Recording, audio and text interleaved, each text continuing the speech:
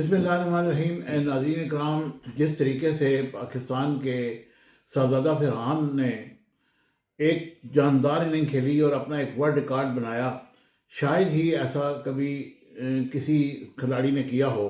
اور یہ پاکستان کے ایسے کھلاڑی ہیں جنہوں نے ایسا لاٹھی چارج کیا کہ نمیبیا کو سمجھ نہیں آ رہی تھی، ان کے کھلاڑی رونے کے قابل ہو گئے تھے۔ سب سے پہلے میں وہ شہزادہ فرحان کا انالیسز آپ کے سامنے پیش کرتا ہوں کہ انہوں نے کس طریقے سے اس میچ کو جیتا اور کس طرح اپنا ایک ورلڈ ریکارڈ بنایا۔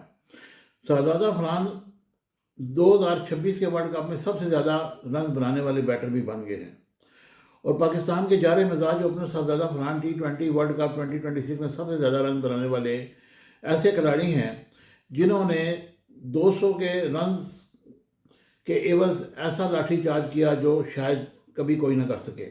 انہوں نے 58 بالز پر 4 چھکوں اور 11 چوکوں کی مدد سے 100 رنز کی ناقابل شکست اننگ کھیلی، یعنی کہ وہ آؤٹ نہیں ہوئے، اور اس کے سنچری کے ساتھ ہی شہزادہ فرحان 2026 میں سب سے زیادہ رن بنانے والے بیٹر بھی بن گئے۔ رواں ایونٹ میں 4 اننگ میں اب تک سب سے زیادہ سکور 220 رنز تھا۔ اس فہرست میں دوسرا نمبر جنوبی افریقہ کے ایڈم مارکم کا ہے، جنہوں نے 4 میچز میں 178 رنز بنائے۔ اس کے علاوہ شہزادہ فرحان T20 ورلڈ کپ 2026 میں سب سے زیادہ چھکے مارنے والے بیٹر بھی بن گئے، اور انہوں نے 4 اننگ میں 11 چھکے مارے۔ اس فہرست میں دوسرا نام بھارت کے ایشان کشن کا ہے، جنہوں نے 4 میچز میں 10 چھکے مارے، یعنی کہ ان کا ریکارڈ بھی انہوں نے بیٹ کر دیا۔ اب میں اس طرف آتا ہوں کہ پاکستان نے کیسے میچ کے جیتا۔ پاکستان نے نمیبیا کو 102 رن سے شکست دے کر سپر 8 مرحلے میں رسائی حاصل کی، اور میچ میں نمیبیا کی ٹیم کو 200 رن کی ہدف کے تعاقب میں مشکلات کا سامنا رہا، اور اس کے کھلاڑی پے در پے آؤٹ ہوتے رہے۔ 16ویں اوور میں 8 کھلاڑی آؤٹ ہو چکے تھے اور ٹیم کا مجموعی سکور 96 تھا۔ فرائنڈنگ 9، لافٹی ایٹن 5، سٹنگم 23، کپتان جرالڈ 7 رنز بنا کر پیویلین لوٹ گئے۔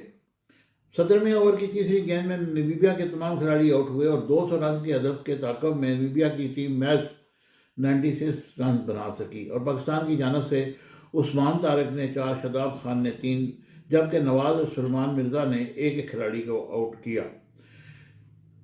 یہ ایسی گیم تھی جس میں پاکستان نے نمیبیا کو ناکو چنے چبائے۔ اب دیکھتے ہیں کہ سپر 8 مرحلے میں پاکستان کس طریقے سے آگے جاتا ہے اور کس طریقے سے وہ اپنے آپ کو منواتا ہے۔ کیا یہ سیمی فائنل میں پہنچ سکیں گے، اور اس کے بعد پھر وہ میچ جس کا انتظار ہے فائنل میں اور پھر کپ کا۔ اب دیکھتے ہیں یہ ٹیم ادھر تک پہنچتی ہے نہیں پہنچتی، کیا ہوتا ہے، یہ تو اب وقت ہی بتائے گا۔